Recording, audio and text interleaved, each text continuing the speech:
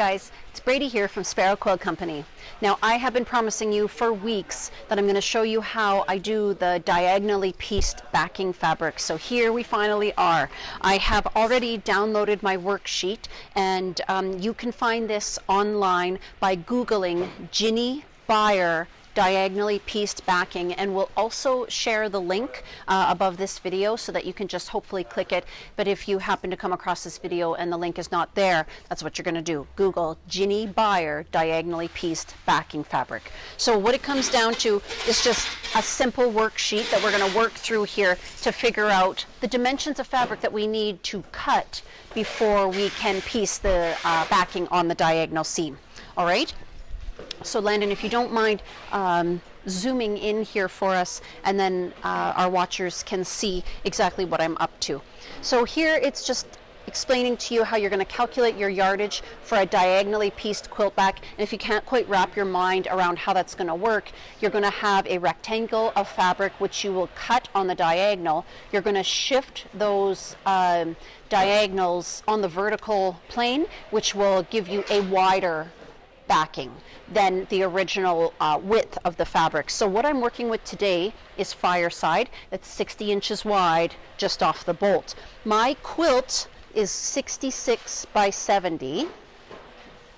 So right off the bat, both of those numbers are too wide for 60-inch backing. In order for me to long arm this, I want my backing to be about 75 by 80. So my desired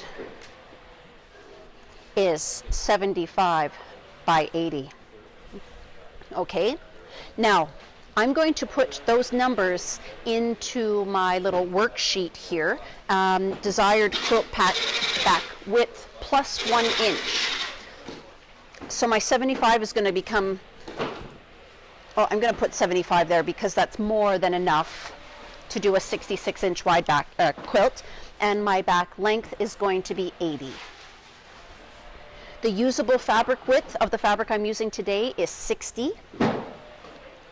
And you can see the colors of the squares or the rectangles mean to bring this down to the coordinating color and bring this down to the coordinating color. So I'm just going to fill those in there.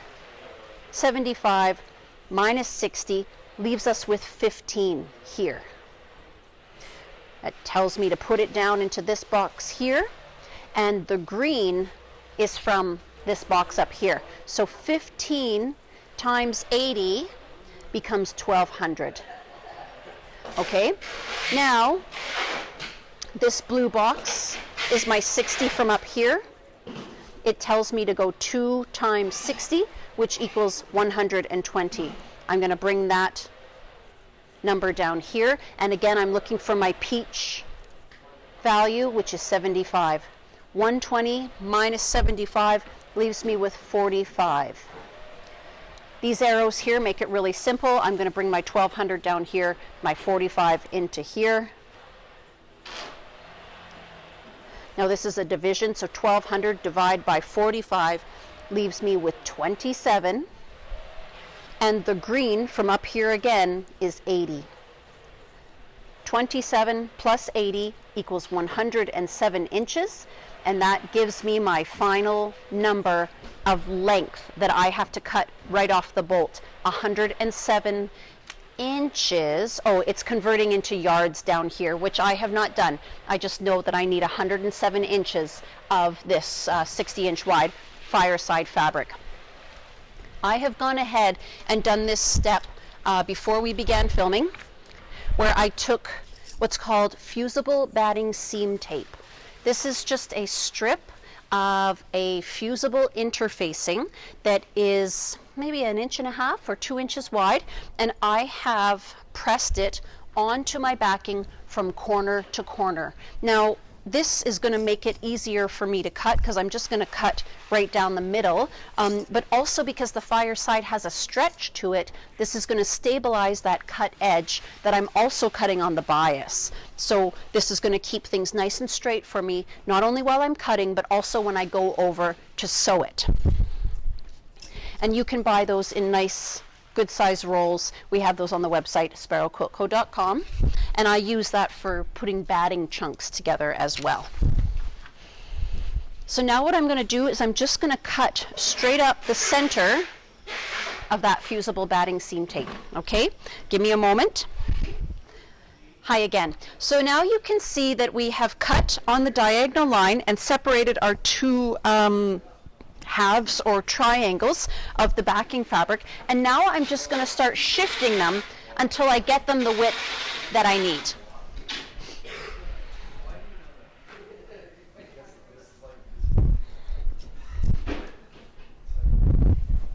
We're going to have some little tails hanging off.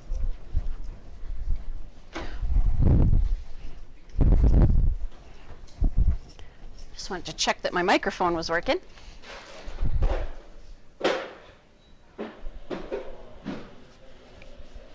And every once in a while I'm going to check the width to see if I have got myself wide enough yet.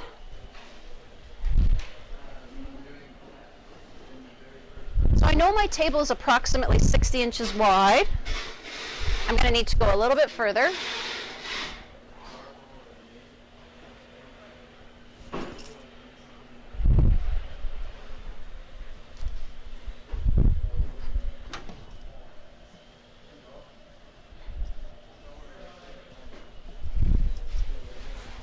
All right, let's check it out now and see where we're at.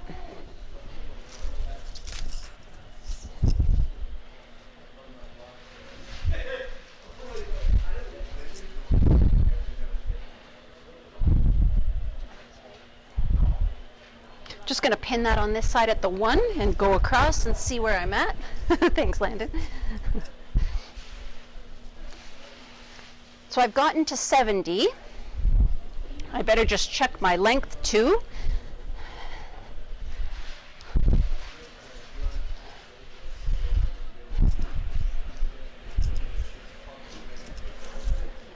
And we're still at 98, so we could go a ways still yet and still be safe.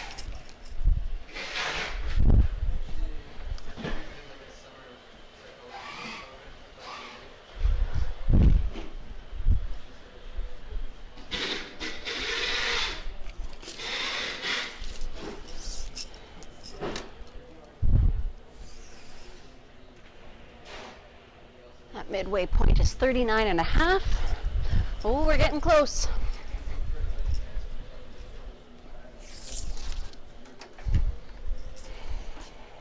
Okay, so my width now is 76, which is perfect.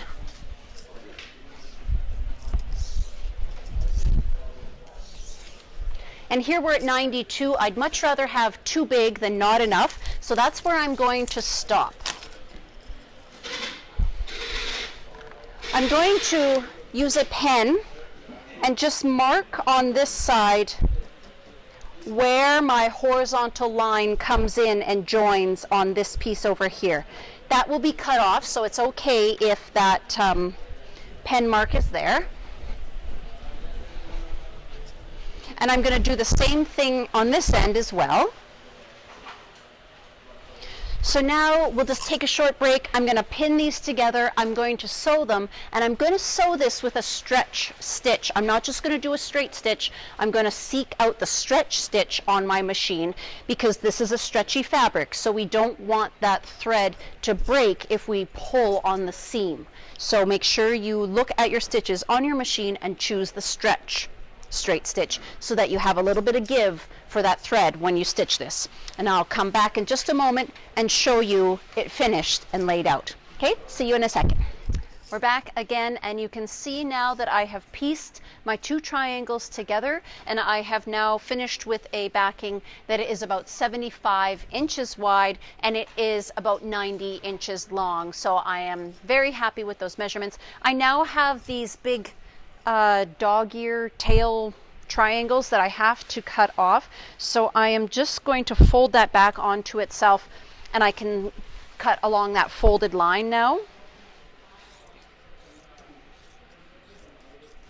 and that gives me a fairly straight edge down there. It may not be perfect, but this is all extra bits that'll just be cut off of the backing anyways once the quilt is quilted. And I'm going to do a similar thing at this end, where I'll just fold it back onto itself and cut along that fold.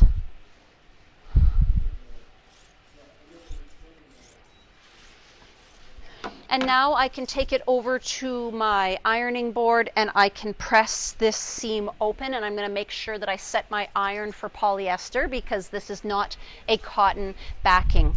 And just a reminder to use your stretch stitch. Yes, it does take a little bit longer, but it will be a little bit more forgiving if you do end up pulling on that seam at all. So I hope you have found this tutorial on piecing your backing on the diagonal very helpful. This method can be, the credit has to be given to John Flynn. It was Jinny Beyer who made up that worksheet, and I have to thank my friend and excellent customer Nancy Robinson for teaching me about the diagonally pieced backing when it came to a fireside 60-inch wide fabric. Thanks for watching, guys. If you have any comments at all, please leave them there, or any questions there in the comments, and I will do my best to get back to you in regards to those questions or comments. Bye for now.